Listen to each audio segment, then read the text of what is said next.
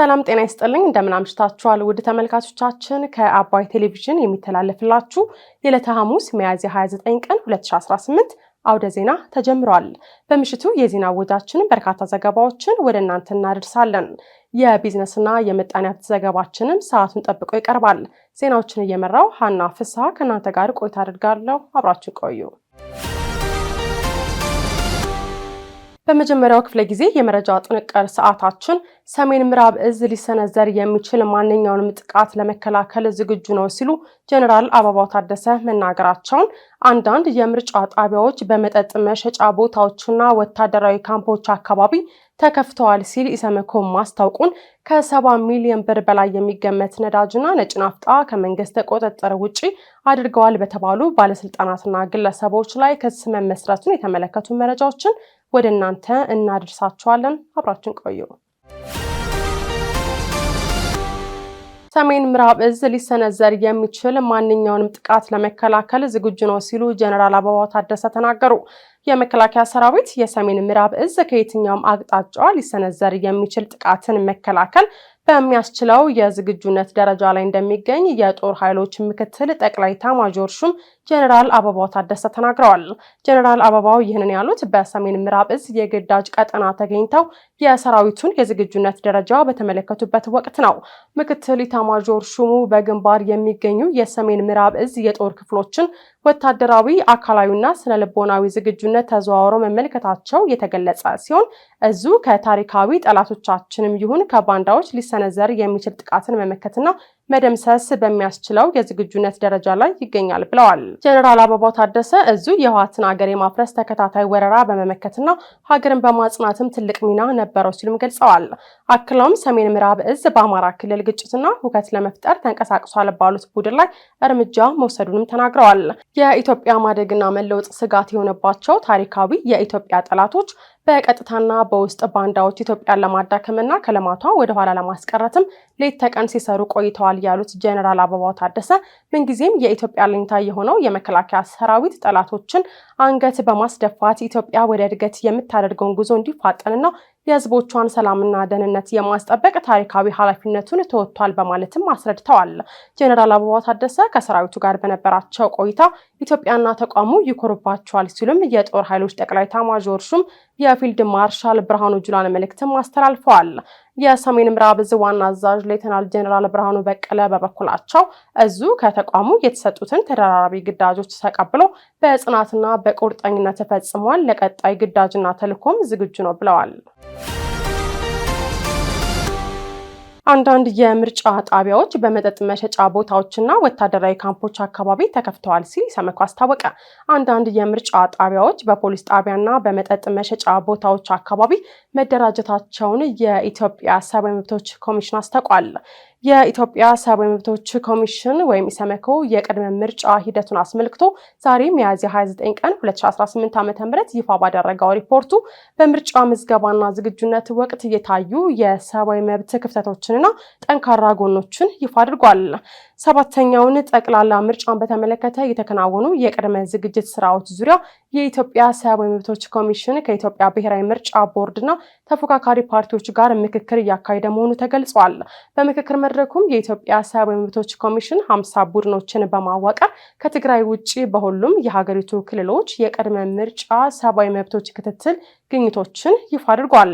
ኢሰመኮ ከመራጮች ምዝገባና የምርጫ ጣቢያዎችን በተመለከተም የምዝገባ ሂደቱ በቴክኖሎጂ አማራጭ መከናወኑንና የፖለቲካ ፓርቲዎች የክርክር መድረክ በሚዲያዎች የአየር ሰዓት መሰጠቱንም እንደ መልካም ማሳያነት ጠቅሷል። ይሁን እንጂ አንዳንድ የምርጫ ጣቢያዎች በወታደራዊ ካምፕና መጠጥ ቤት አካባቢ የተከፈቱ መሆናቸው፣ በኦንላይን ምዝገባ ወቅት የሲስተም መቆራረጥ፣ በአንዳንድ አካባቢዎች ሰላማዊ ሰልፍ ለማድረግ የፈለጉ ፓርቲዎች መከልከል እንዲሁም ደግሞ የምርጫ ቁሳቁስ ዘግይቶ መድረስ የሚሉት በክፍተት የተነሱ ጉዳዮች መሆናቸውንም ኢሰመኮ ጠቅሷል። ግኝቶቹን አስመልክቶ የኢትዮጵያ ብሔራዊ ምርጫ ቦርድ በቀሪ ጥቂት ቀናት የተዘረዘሩ ችግሮችን ለማስተካከል እንደሚሰራ ማስታውቋል። ከ50 ሚሊዮን በላይ መራጮችና ከ10 ሺህ በላይ እጩዎች መመዝገባቸውን የገለጹት የቦርዱ ምክትል ሰብሳቢ ተስፋዬ ነዋይ የፖለቲካ ፓርቲዎች ሰላማዊ ሰልፍ እንዲያደርጉ የሚያስችል መመሪያ ወጥቶ ለፓርቲዎቹ መሰጠቱንም ተናግረዋል። በኢትዮጵያ ሰብአዊ መብቶች ኮሚሽን የተገኘው የቅድመ ምርጫ የሰብአዊ መብት ግኝትን አስመልክቶ መንግስት አስፈላጊውን ማስተካከያ ለማድረግ ዝግጁ መሆኑን የብልጽግና ፓርቲ የስራ አስፈጻሚ ኮሚቴ አባል መለስ አለሙ ገልጸዋል። ከ70 ሚሊዮን ብር በላይ የሚገመት ነዳጅና ነጭ ናፍጣ ከመንግስት ቁጥጥር ውጪ አድርገዋል በተባሉ ባለስልጣናትና ግለሰቦች ላይ ክስ ተመሰረተ። የኢትዮጵያ ነዳጅና ኢነርጂ ባለስልጣን ምክትል ዋና ዳይሬክተርና የኢትዮጵያ ነዳጅ አቅራቢ ድርጅት ዋና ዳይሬክተርን ጨምሮ በገበያ ላይ የነዳጅ እጥረት እንዲከሰት አድርገዋል በተባሉ 13 ግለሰቦች ላይ ክስ ተመስርቷል። የክስ መዝገቡ ለፌዴራል ከፍተኛ ፍርድ ቤት ልደታ ምድብ 3ኛ የሙስና ጉዳዮች ወንጀል ችሎት መቅረቡን ተገልጿል። አንደኛ፣ ሁለተኛና 3ኛ ተከሳሾች ማለትም የባለስልጣኑ ምክትል ዋና ዳይሬክተር፣ የኢትዮጵያ ነዳጅ አቅራቢ ድርጅት ዋና ዳይሬክተርና የነዳጅ አቅርቦትና ስርጭት ክትትል ባለሙያ ከኩባንያዎቹ በቀጥታ በመግዛት ለሚጠቀሙ ተቋማት የፍቃድ አሰጣጥ መመሪያ መተላለፋቸው በክሱ ተመላክቷል። 3ቱ ተከሳሾች በግል የስራ ዘርፍ ከተሰማራችሁ 7ኛ ተከሳሽ ጋር በመመሳጠር 466,058 ሊትር ነጭ ናፍጣ ያለ አግባብ እንድታገኝና በኮንትሮባንድና ለወርቅ አምራቾች እንድትሸጥ በማድረጋቸው በመንግስት ላይ ከ8.4 ሚሊዮን ብር በላይ ጉዳት እንዲደርስ እንዲሁም ደግሞ በገበያ ላይ እጥረት እንዲከሰት ማድረጋቸው ተመላክቷል። በሁለተኛ ክስ አንደኛ፣ 6ኛና 8ኛ ተከሳሾች በጥቅም በመመሳጠር 8ኛ ተከሳሽ በድምሩ ከ1 ሚሊዮን 284,000 ሊትር በላይ ነዳጅ ያለ አግባብ እንዲያገኝ በማድረግ በመንግስት ላይ ከ22.59 ሚሊዮን ብር በላይ ጉዳት እንዲደርስና የነዳጅ እጥረት እንዲከሰት ማድረጋቸው በክሱ ላይ ተጠቅሷል። በሶስተኛ ክስ 9ኛ ተከሳሽ ከህግ አግባብ ውጪ የነዳጅ አከፋፋይነት ፍቃድ እንዲያገኝ በማድረግ በመንግስት ላይ ከ21.3 ሚሊዮን ብር በላይ ጉዳት መድረሱን ክሱ ያመለክታል። በአራተኛው ክስ ላይ 11ኛ፣ 12ኛና 13ኛ ተከሳሾች የነዳጅ ጭነትና ግዢ ሀገር አቀፍ የነዳጅ ሰንሰለት ስርዓትን በመጣስ በአጠቃላይ 1.9 ሚሊዮን ሊትር ነዳጅ መንግስት እንዳይቆጣጠር ማድረጋቸውም ተመላክቷል። በዚህም መንግስት ድጎማ ያደረገበትን ነዳጅ ከጅቡቲ በመጫን 17.8 ሚሊዮን ብር በላይና በገንዘብ የማይገመት ጉዳት በማድረስም በዋና ወንጀል አድራጊነት የመንግስት ስራ በማይመቻዋን በመምራት ከባድ የሙስና ወንጀል ክስ እንደተመሰረተባቸው ፋና ዘግቧል። ፍርድ ቤቱ የክስ መቃወሚያ ለመስማትም ለግንቦት 10 ቀጠሮ መያዙ ተገልጿል። የተወደዳችሁ ተመልካቾቻችን እየተከታተላችሁት ያላችሁት ከአባይ ቴሌቪዥን የአውደ ዜና የመረጃ ሰዓታችን አሁንም ቀጥሏል። ወደ ሁለተኛው ዙር ጥንቅራችን ስናልፍ ደግሞ የቅዱስ ሲኖዶስ ምልዓተ ጉባኤ 7ኛው ጠቅላላ ሀገራዊ ምርጫ በሰላም እንዲጠናቀቅ ጥሪ ማቅረቡን፣ በግል የበረራ ትኬት ቆርጠው የበረራ መረጃዎችን ያላሳወቁ የሀጅ ተጓዦች ለሚገጥማቸው መስተጓጎል መጅሊሱ ኃላፊነት እንደማይወስድ ማስታወቁን ጨምሮ ሌሎች ዜናዎችን ዳሩ ሰላም ተሾመ እንደሚከተለው ታቀርባቸዋለች። የቅዱስ ሲኖዶስ ምልዓተ ጉባኤ 7ኛው ጠቅላላ ሀገራዊ ምርጫ በሰላም እንዲጠናቀቅ ጥሪ አቀረበ። የቅዱስ ሲኖዶስ ምልዓተ ጉባኤ በመጀመሪያ ቀን ውሎ አጀንዳዎችን በማጽደቅ ውይይት ማድረግ የጀመረ ሲሆን 7ኛው ጠቅላላ ሀገራዊ ምርጫ በሰላም እንዲጠናቀቅ ጥሪ አቅርቧል። ከበዓለ ትንሣኤው በኋላ በ25ኛው ቀን የሚካሄደውን ዓመታዊ የርክበ ካህናት የቅዱስ ሲኖዶስ ምልዓተ ጉባኤ የመጀመሪያ ቀን ውሎን አስመልክቶ የቅዱስ ሲኖዶስ የኮሚኒኬሽን ጉዳዮች ኃላፊ ረዳት ፕሮፌሰር ቀሲስ ዳንኤል ሰይፈ ሚካኤል በሰጡት ማብራሪያ ለምልዓተ ጉባኤው አጀንዳ የሚያረቁ 7 አባላት ያሉት ኮሚቴ መሰየሙን ተናግረዋል። በዚሁ መሰረት ኮሚቴው ያቀረባቸው ጠቅላላ አጀንዳዎችና ንዑሳን ጉዳዮች ትላንት ሮብ ሚያዝያ 28 ቀን 2018 ዓ.ም በነበረው ጉባኤ ላይ ታይተው መጽደቃቸውንም የኮሚኒኬሽን ጉዳዮች ኃላፊው ተናግረዋል። የኮሚኒኬሽን ጉዳዮች ኃላፊው አክለውም በመጪው ወር ግንቦት 24 ቀን የሚካሄደው ሀገራዊ ምርጫ በሰላም እንዲጠናቀቅ ጥሪ እንደሚቀርብ ምልዓተ ጉባኤው መወሰኑን ጠቁመዋል። የቅዱስ ሲኖዶስ ምልዓተ ጉባኤ በቀጣይ ቀናት በጸደቁት አጀንዳዎች ላይ ዝርዝር ውይይቶችን በማድረግ መግለጫ ያወጣል ተብሎም ይጠበቃል። ሀገርን በኃላፊነት የተረከባችሁና አማራጭ ሀሳብ አለን ብላችሁ የምትንቀሳቀሱ ምሁራን የህዝቡን ፍላጎትና የልብ ትርታ በሚገባ በማድመጥ ህዝቡ የሚፈልገውን በአንድነትና በእኩልነት መኖር፣ በሰላም ወጥቶ መግባት፣ ፍትህን ማስፈን፣ ለኑሮ የሚበቃ ምጣኔ ሀብትን ማግኘት፣ የእምነት ነጻነትና እኩልነት መረጋገጥ ይገባል ሲሉ ብፁዕ ቅዱስ አቡነ ማትያስ ትላንት ባስተላለፉት መልእክታቸው መናገራቸው ይታወሳል። ፓትርያርኩ አክለውም ሰውን መያዝ የሚቻለው ህሊናን በመርታት እንጂ በሌላ አይደለም በማለት ገልጸው ህዝቡ እነዚህ ከተሟሉለት ተደመጠ ማለት ነው። ከተደመጠ ደግሞ እሱም በበኩሉ ያደምጣል። ስለሆነም ለሁሉም ልጆቻችንና ወገኖቻችን የምናስተላልፈው ወቅታዊ ጥሪ ሁሉንም ችግሮቻችንን በሰላም ብቻ ለመፍታት ተባበሩ ማለታቸውም አይዘነጋም። በግል የበረራ ትኬት ቆርጠው የበረራ መረጃቸውን ያላሳወቁ የሀጅ ተጓዦች ለሚገጥማቸው መስተጓጎል መጅሊሱ ኃላፊነቱን እንደማይወስድ አስታወቀ። የኢትዮጵያ እስልምና ጉዳዮች ጠቅላይ ምክር ቤት በግል ትኬት የቆረጡ የሀጅ ተጓዦች የበረራ መረጃቸውን እንዲያሳውቁ ተደጋጋሚ ጥሪ ማቅረቡን አስታውቋል። ለጥሪው አብዛኞቹ የግል ትኬት ተጠቃሚዎች ፈጣን ምላሽ ቢሰጡም ጥቂት ሁጃጆች ግን እስካሁን ምላሽ ሊሰጡ አለመቻላቸውን የገለጹት የጠቅላይ ምክር ቤቱ በምክትል ፕሬዝዳንት ማዕረግ የሀጅና ኡምራ ዘርፍ ኃላፊ ዶክተር መሐመድ ሷሊህ እነዚህ ተጓዦች ለሚደርስባቸው መስተጓጎል ጠቅላይ ምክር ቤቱ ኃላፊነት እንደማይወስድ ገልጸዋል። ኃላፊው አክለውም የበረራ መረጃቸውን ያላሳወቁ የግል ትኬት ተጠቃሚ የሀጅ ተጓዦች በሳዑዲ አረቢያ ሀጅ ሚኒስቴር የተዘጋጁትን ኑሱክ ካርድ፣ የጤና ብቃት ማረጋገጫ፣ የምስክር ወረቀትና ሌሎች አገልግሎቶች ለማግኘት እንደሚቸገሩም ጠቅሰዋል። በግል የበረራ ትኬት የቆረጡ ሁጃጆች የበረራ መረጃቸውን በአስቸኳይ በአቅራቢያቸው ለሚገኝ የሀጅ ምዝገባ ማዕከል እንዲያሳውቁም ዶክተር መሐመድ ሷሊህ የጠቅላይ ምክር ቤቱን የመጨረሻ ጥሪ አስተላልፈዋል። ለኮሪደር ልማት የተዘጋጀን ከ20 ሚሊዮን ብር በላይ የዋጋ ግምት ያለውን የኤሌክትሪክ ኬብል ሰርቀዋል የተባሉ ግለሰቦች መያዛቸውን ፖሊስ አስታወቀ። ለኮሪደር ልማት የተዘጋጀን ከ20 ሚሊዮን ብር በላይ የዋጋ ግምት ያለውን የኤሌክትሪክ ኬብል የሰረቁ ግለሰቦች በህብረተሰቡ ጥቆማ እጅ ከፍንጅ መያዛቸውን የአዲስ አበባ ፖሊስ አስታውቋል። ሶስቱ ግለሰቦች ወንጀሉን የፈጸሙት ሚያዝያ 27 ቀን 2018 ዓ.ም በቦሌ ክፍለ ከተማ ወረዳ 3 ልዩ ቦታው ስፖርት ፌዴሬሽን አካዳሚ ፊት ለፊት ከጠዋቱ 4 ሰዓት ላይ መሆኑን ፖሊስ ገልጿል። አስመራ ነገራ የክሬን ተሽከርካሪ ሹፌር ኤልያስ በርሄ የሹፌሩ ረዳትና ወርቁ ኖራ ተባባሪ በመሆን 9 ጥቅልና 1 ገመድ የሌለው የኬብል መጠቅለያ አጠቃላይ የዋጋ ግምቱ ከ20 ሚሊዮን ብር በላይ የሚያወጣና ለኮሪደር ልማት ሊዘረጋ የነበረ የኤሌክትሪክ ማስተላለፊያ ገመድ ሲጭኑ እጅ ከፍንጅ መያዛቸው ተገልጿል። የኤሌክትሪክ ገመዶችን አስጭናቸው አምጡ ተብለን ነው በማለት ንብረቱን ሲጭኑ በአካባቢው የነበሩ ሰዎች ለፖሊስ በሰጡት ጥቆማ ሶስቱ ወንጀል ፈጻሚዎች ከነ ተሽከርካሪው እጅ ከፍንጅ የተያዙ ሲሆን ተጠርጣሪዎቹ ላይ በተደረገ ተጨማሪ ምርመራ የአዲስ አበባ ከተማ ኮሪደር ልማት ሰራተኞች አለመሆናቸውም ተረጋግጧል ተብሏል። ወንጀል ፈጻሚዎቹ እጅ ከፍንጅ እንዲያዙ የህብረተሰቡ ሚና ከፍተኛ መሆኑን ፖሊስ ገልጾ የወንጀል ፈጻሚዎች መያዝ ህብረተሰቡ ከፖሊስ ጋር ያለው ቁርኝት ይበልጥ እየጠነከረ መምጣቱን ጥሩ ማሳያ እንደሆነ የአዲስ አበባ ፖሊስ ዋና ጠቅላይ መምሪያ ገልጿል። የህብረተሰቡ ተሳትፎ ትልቅ ምስጋና የሚቸረውና ተጠናክሮ ሊቀጥል የሚገባ መሆኑንም ዋና ጠቅላይ መምሪያው አክሎ ገልጿል። በዝርዝር ወደ ያዝነው መረጃ ስናልፍ አሜሪካና አጋሮቿ ሆርሙዝ ካልተከፈተ ኢራን ላይ ማዕቀብ እንዲጣል የሚጠይቅ የውሳኔ ሀሳብ ለተመድ ማቅረባቸው ተዘገበ። አሜሪካና የባህረ ሰላጤው አጋሮቿ ኢራን በሆርሙዝ ወሽመጥ የሚያልፉ መርከቦች ላይ ጥቃት መፈጸሟን ካላቆመች ማዕቀብ እንዲጣልባት ወይም ሌላ እርምጃዎች እንዲወሰድባት የሚጠይቅ የውሳኔ ሀሳብ ለተባበሩት መንግስታት ማቅረባቸው ተዘግቧል። ይህ በእንዲህ እንዳለ የአሜሪካው ፕሬዝዳንት ዶናልድ ትራምፕ በሆርሙዝ ወሽመጥ መንቀሳቀስ ያልቻሉ መርከቦችን አጅቦ ለማስወጣትም የነበራቸውን እቅድ ያቋረጡት በሳውዲ አረቢያ ምክንያት መሆኑን ኤንቢሲ ዘግቧል። ዝርዝሩን ቴዎድሮስ አይቼው እንደሚከተል ያቀርበዋል።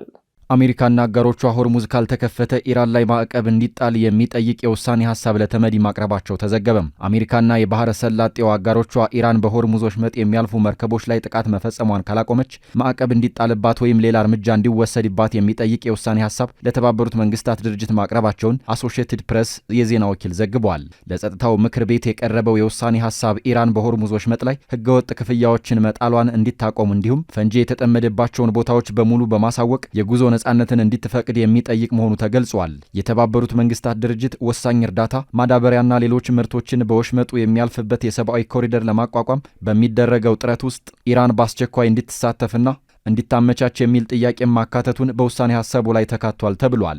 አሜሪካና የባህረ ሰላጤው አጋሮቿ ይህን አይነቱን ዲፕሎማሲያዊ ጥረት ሲያደርጉ የመጀመሪያ ለመሆኑ የሚታወቅ ሲሆን በመጋቢት ወር መጨረሻ ላይ በተካሄደው የጸጥታው ምክር ቤት ስብሰባ ላይ የሆርሙዝ ወሽመጥ እንዲከፈት ለማድረግ የቀረበው የውሳኔ ሀሳብ በቻይናና በሩሲያ ድምፅን በድምፅ የመሻር መብት ውድቅ ተደርጎ እንደነበርም ይታወሳል። የአሜሪካው የውጭ ጉዳይ ሚኒስትር ማርኮ ሩቢዮ ማክሰኞ ዕለት ባወጡት መግለጫም ኢራን ወሽመጡን ለመዝጋት በመሞከር መርከቦችን እንደምታጠቃ በመዛት የባህር ፈንጂዎችን በማጥመድና ክፍያ ለመሰብሰብ በመሞከር የዓለምን ኢኮኖሚ አግታ መያዝ ቀጥላለች የሚል ክስ አቅርበው እንደነበርም ይታወሳል። ለጸጥታው ምክር ቤት የቀረበው ውሳኔ ሐሳብ በመጪዎቹ ቀናት ድምጽ ይሰጥበታል ተብሎ እንደሚጠበቅ ማርኮ ሩቢዮ ለጋዜጠኞች ተናግረዋል። ይህ በእንዲህ ያለ የአሜሪካው ፕሬዝደንት ዶናልድ ትራምፕ ሆርሙዝ ወሽመጥ መንቀሳቀስ ያልቻሉ መርከቦችን አጅቦ ለማስወጣት የነበራቸውን እቅድ ያቋረጡት በሳውዲ አረቢያ ምክንያት መሆኑን ኤንቢሲ ዘግቧል። የሳውዲ አረቢያ ባለስልጣናት የአሜሪካ ወታደራዊ አውሮፕላኖችም ሆኑ የጦር ጀቶች ከሳውዲ የልዑል ሱልጣን የአየር ኃይል መነሳት ወይም በሆርሙዝ ወሽመጥ መውጫ ያጡትን መርከቦች ለማጀብ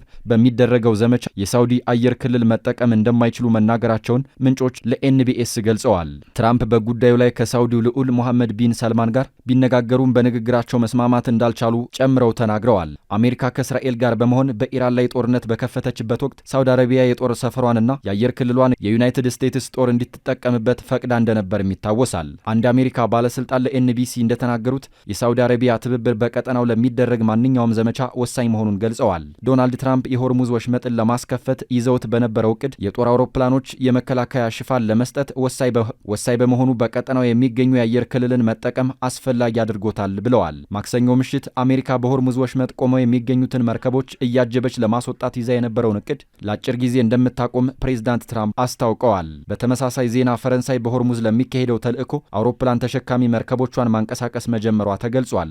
አሜሪካና ኢራን የጣሏቸው እገዳዎች በዓለም ኢኮኖሚ ላይ ባመጡት ጫና ምክንያት የቀረበውን የሰላም እቅድ እንዲስማሙበት እየጠየቀች ያለችው ፈረንሳይ የሆርሙዝ ወሽመጥን ደህንነት ለማስጠበቅ ሊካሄድ ለሚችለው ተልዕኮ አውሮፕላን ተሸካሚ መርከቧን በቀይ ባህር ማንቀሳቀሷ ተዘግቧል። ፈረንሳይና ዩናይትድ ኪንግደም በኢራን ጦርነት የተፈጠረውን ሁኔታ በሚረጋጋበት ወቅት በወሽመጡ የሚደረግ ጉዞ ደህንነቱ የተጠበቀ እንዲሆን የሚያደርግ እቅድ ላይ ለበርካታ ሳምንታት ሲሰሩ መቆየታቸውን የሮይተርስ ዘገባ ያመላክታል። የፈረንሳይ ጦር ባወጣው መግለጫም ቻርለስ ዲጎል የተሰኘውና በጣሊያንና በጀርመን ጦር መርከቦች የሚታጀበው አውሮፕላን ተሸካሚ መርከብ በደቡባዊ ቀይ ባህር በኩል ጉዞ እንደጀመረ ማስታወቁን ሮይተርስ ዘግቧል።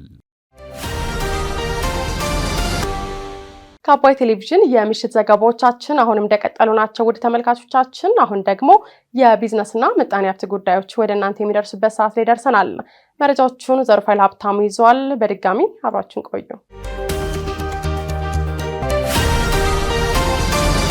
የሀገር ውስጥ ብድር ጭማሪ ማሳየቱን የገለጸው የገንዘብ ሚኒስትር ይህንን ለማስተካከል እንደሚሰራ አስታወቀም። የገንዘብ ሚኒስትሩ አቶ አህመድ ሺዴ የኢትዮጵያ አጠቃላይ ብድር 51.8 ቢሊዮን ዶላር መድረሱን ተናግረዋል። የገንዘብ ሚኒስትሩ ይህንን የተናገሩት ከሰሞኑ የሚኒስትር መስሪያ ቤቱን የ9 ወር የስራ ክንውን ሪፖርት በህዝብ ተወካዮች ምክር ቤት የፕላን በጀትና ፋይናንስ ጉዳዮች ቋሚ ኮሚቴ ላይ በንባብ ባቀረቡበት ወቅት ነው። በዚህ ወቅት የኢትዮጵያ አጠቃላይ ብድር 51.8 ቢሊዮን ዶላር ደርሷል ያሉት አቶ አህመድ ሺዴ ከዚህ ውስጥም 33.5 ቢሊዮን ዶላር የውጭ ብድር ዕዳ እንደሆነና ቀሪው 18.3 ቢሊዮን ዶላሩ ደግሞ የሀገር ውስጥ ዕዳ መሆኑን አብራርተዋል። ከ33.5 ቢሊዮን ዶላር የውጭ ዕዳ ውስጥም ደግሞ 22.1 ቢሊዮን ዶላሩ የፌዴራል መንግስት ዕዳ መሆኑና ቀሪው 11.5 ቢሊዮን ዶላር ደግሞ የመንግስት የልማት ድርጅቶች ዕዳ እንደሆነ ማክለዋል። የሀገር ውስጥ ብድሩ ማለትም ከ18.3 ቢሊዮን ዶላር ውስጥ ደግሞ 17.5 የፌዴራል መንግስት ዕዳ እንደሆነና 0.8 ቢሊዮን ዶላር ደግሞ የመንግስት ልማት ድርጅቶች ነው ብለዋል።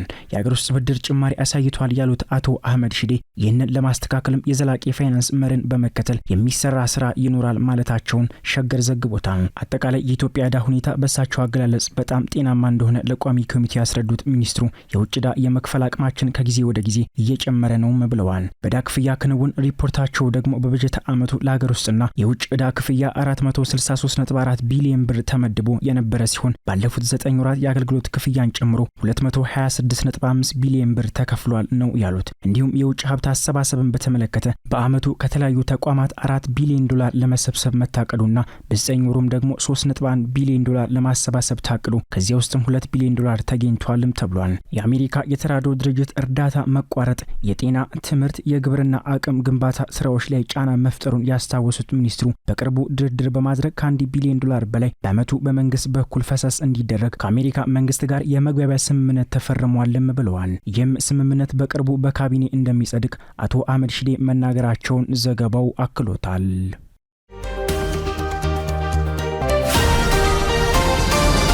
የውሃና ኢነርጂ ሚኒስቴር በተለያዩ ጉዳዮች እየተሰሩ ያሉት ስራዎች አፈጻጸም ዝቅተኛ በመሆናቸው አሰራሩን ማዘመን እንዳለበት ተጠቆመ።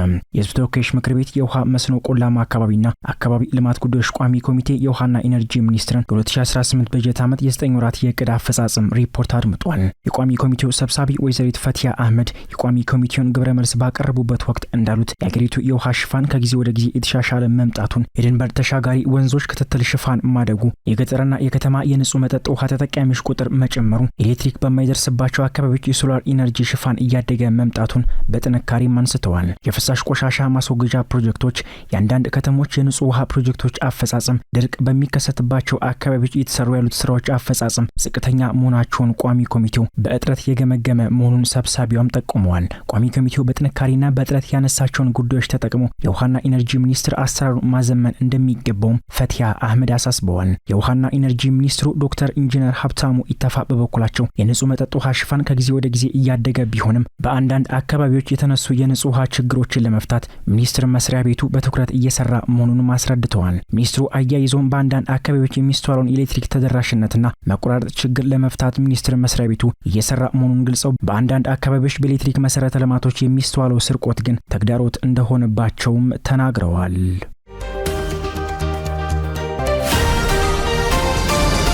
ጣና በለስ ስኳር ፋብሪካ የኃይል አቅርቦት ችግሩን ቀርፎ ወደ ምርት ማምረት ሊገባ ነው ተባለም። በቀን ከ12000 ኩንታል በላይ ስኳር የማምረት አቅም ያለው የጣና በለስ ስኳር ፋብሪካ የኃይል አቅርቦት ችግሩን ቀርፎ ወደ ምርት ማምረት ሊገባ መሆኑም ተገልጿል። የጣና በለስ ስኳር ፋብሪካ ፕሮጀክት ባጋጠመው ኤሌክትሪክ ኃይል መቋረጥ ምክንያት ለዓመታት ስኳር ማምረት አቁሞ መቆየቱም ይታወቃል። የጣና በለስ ስኳር ፋብሪካ የህዝብ ግንኙነትና ተሳትፎ ኃላፊ አድገህ መኩሪያ እንደገለጹት በአሁኑ ወቅት ፋብሪካው የነበረበትን የኤሌክትሪክ ኃይል አቅርቦት ችግር ተቀርፎለታል ሲሉም ተናግረዋል። ለፋብሪካው የኤሌክትሪክ ኃይል የሚያቀርበው የኃይል ማስተላለፊያ ተከላ ተጠናቆ ወደ ፋብሪካው ኃይል መለቀቁንም ገልጸዋል። ይህንን ተከትሎም ለፋብሪካው ስኳር ምርት ግብዓት የሚሆነው ሸንኮራ አገዳ ከቅጠሉ ለማለያየት የሚያስችለውን አገዳ የማቃጠልና የማዘጋጀት ስራ እየተከናወነ እንደሚገኝም ተናግረዋል። በጥቂት ቀናት ውስጥም ፋብሪካው ስኳር ማምረት እንደሚጀምር ኃላፊው መናገራቸውን አሚኮ ዘግቦታል።